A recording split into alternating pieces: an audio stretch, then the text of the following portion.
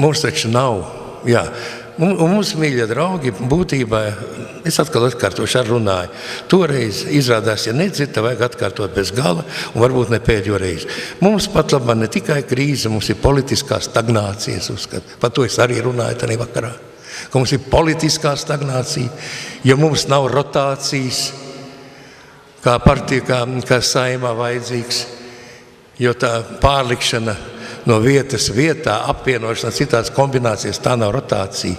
Tāpat kā nav reforma, žņaukšana viens stiprāk un stiprāk. Rīkli grābt ciet, tā ir reforma. Tā nav reforma.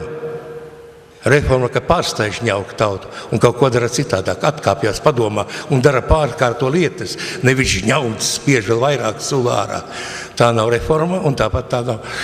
Tā nav nekāda rotācija, ka tiek pārlikts vietām kaut kādas grupēm, tagad ies labāk, tagad mēs būsim kopā un nesaprast, kāpēc jūs kopā, kur tad paliek programmas katrs. Un ar ko programmas atšķirās? Mani pēc uzstāšanās daži, kas dzirdēja, es jau saņēmu ne tikai piedāvājumus iet balotēties, es jau arī posteni, jau kultūras ministra posteni piesolīja man, kaut gan es teicu, ziniet, mīļais, nekādā ziņā, tāpēc, ka es nekā nevarēšu palīdzēt kultūrā. Ja daudz mazās iekarojas tautas cieņu, tad šo posteni es to zaudēšu. Dodiet man lūdzu ceļu satiksmes ministra vietu, tad es varēšu palīdzēt kultūrai.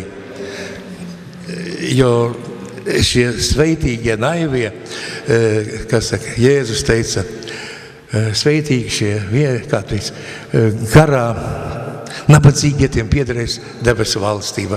Es neesmu garā nabadzīgais un tāpēc paliek savā vietā, man neko darīt.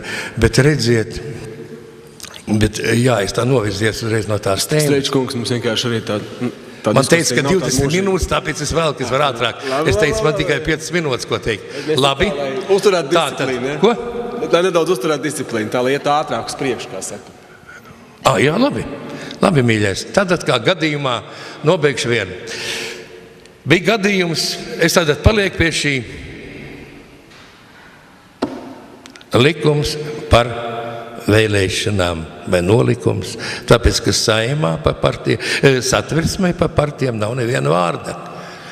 Atcerieties, ka nāca Zatlers pie varas, viņš neatlaidīgi atkārto, lasiet satversmi, lasiet satversmi. Es paklausu un izlasīju un meklēju to vārīgo vietu, atradu pirmā lapusē, un tad viss tālāk, neviena vārda nav par partijām.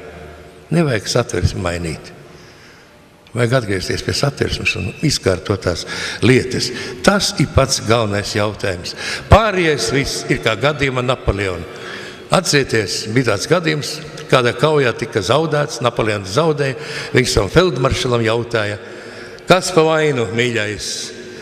Viņš teica, jūsu majestāte ir 7 svarīgi iemesli. Klausos, pirmais laikā nepiegāda ieročus. Napoleons teica, pieteik, pārējām nav nozīmes. Tā arī šeit. Likumu nemainīs, viss paliks pa vecam. Paldies! Jā.